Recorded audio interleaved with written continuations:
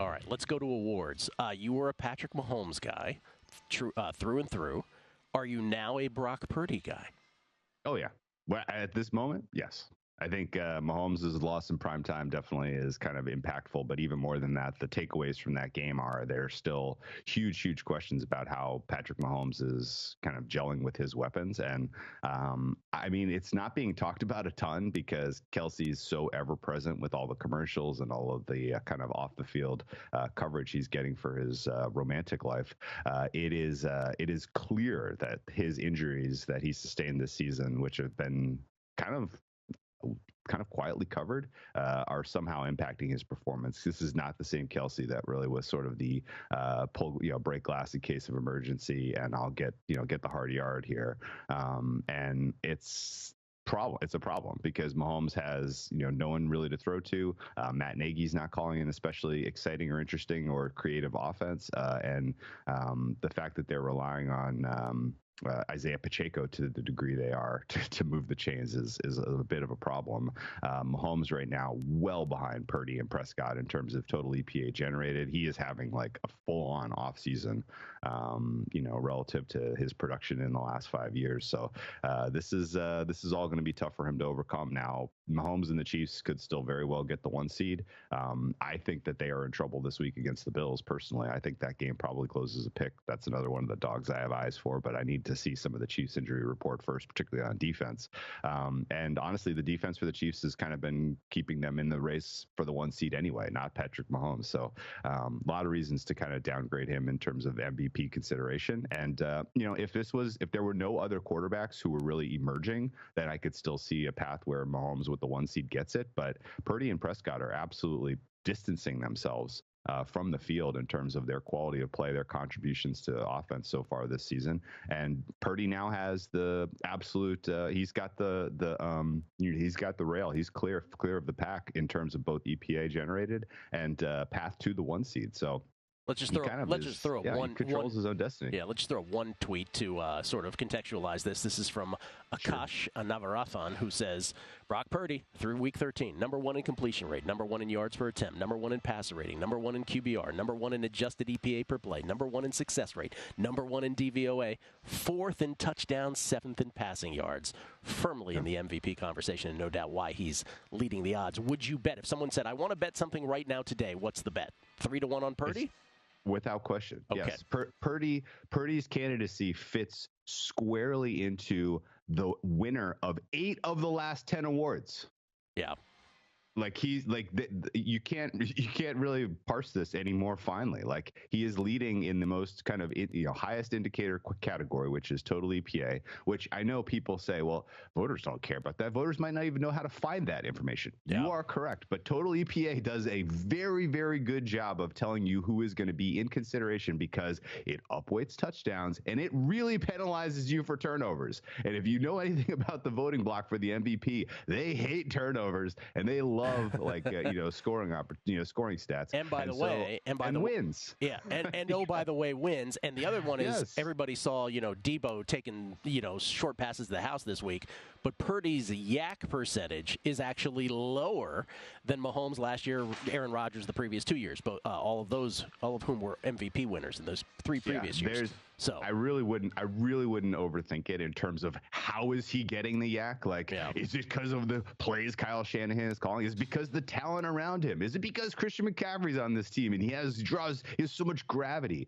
It doesn't matter. He is executing the play of quarterback better than anyone in the NFL this year. Well, there's no cleaner way to parse this argument. Well, and it's laughable that people are like, there's too much anchoring. Like he's Mr. Irrelevant last year. You don't think that that's a story people want to write when they submit their MVP column at the end of the year? By the way, oh my gosh, what a story. Mr. Irrelevant MVP. I love it. It appears that Brock Purdy propaganda week has begun early. I didn't necessarily begin. All right. By the way, David Lombardi putting out the tweet about the yak percentage. Brock Purdy there at 48.6%. If you cared about such a thing, he goes checkmate at the end. Let us talk MVP. You are in the Brock Purdy camp. I will let you speak. We'll throw some of your tweets up as well, but I will let you speak and give us your elevator pitch. Not even an elevator pitch, as long as you want to go on why you believe this is the guy. And would you, part and parcel with that, would you still bet him at 3-1 right now? Yeah, so I hate politics, right? But this is like my presidential campaign. This is like my, this is who I'm backing is Purdy. And I didn't really come to this conclusion until maybe a week or two ago. We had traded some messages, and just the more I dug into it, it just made sense. I was the only MVP ticket I had before Purdy was Mahomes probably 2 months ago. I thought I got a good price. He was heading into an easy schedule, but just didn't materialize. So I was looking at some other options, and the more I dug in, just Purdy made a lot of sense, and I grabbed it at 16-1 early last week. And just I was anticipating that this Eagles game was going to, drive the number down if he had a good game and the Niners, win, which I thought they would. And, that's obviously what happened. And just to me, when you dig in, he leads in so many categories from a statistical standpoint. I mean, he's number one in yards per attempt by a mile. He's QBR, passer rating, EPA per play, which we talked about, has been a strong predictor of success from an MVP candidate standpoint in the last decade. I think 9 of the last 10 have led in EPA. So he leads in all those stats, that make a lot of sense. And then you just look at, compared to a guy like Dak Prescott, who I love. I have the Cowboys. I picked them to win the NFC before the season started. So I appreciate what he's done, and he's been excellent. He's faced a really easy schedule, by the way. He's faced one top 10 pass defense by EPA, and that was against the Niners, and he fell on his face. Like, not only did they struggle and lose 42-10, but he had the single worst EPA any quarterback has generated against that Niners defense the entire season. That was Dak Prescott. So in his one kind of big test, he failed it. Otherwise, he's destroying these really bad defenses, these bad teams. And to me, that just doesn't move the needle enough against a guy like Purdy, who has the stats, who against Dallas, his main competition, and Dak Prescott, he tore them apart for the second highest EPA that Dallas has allowed all season. So they've got a head-to-head matchup that he won. He beat Jalen Hurts and the Eagles convincingly. So when you compare side by side, I just don't know how Dak Prescott gets it over a guy like Purdy. Maybe in a normal season when we have a bunch of good quarterback candidates, I can see Purdy being pushed down. But in a season where scoring is down and there's not a ton of great candidates out there, like, he just makes the most sense on the clear best team in the NFL, a team that's going to win 11, 12 games easy. And historically, that's been a hurdle, is you need to win at least 11 games to have a strong candidacy for MVP. And then, by the way, who has gotten blitzed the most of any quarterback in the NFL this year? That's Brock Purdy. 45% of the time he's been blitzed, more than any other quarterback. And he's the 6th best quarterback in the NFL when you look at PFF. PFF grades, 13 TDs, 1 interception. Dak Prescott has been blitzed at the 25th highest rate.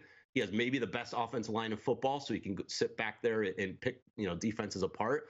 So all this stuff about surrounding talent and all those things, I mean, Dak Prescott is getting a lot of help. So I just think it makes a lot of sense from that standpoint. And just to be clear, TA and I came to these independently. I bet this before you and I ever interacted on this, and it's a great buttressing conversation to have about this candidacy, and it makes us feel good now that he is the short shot.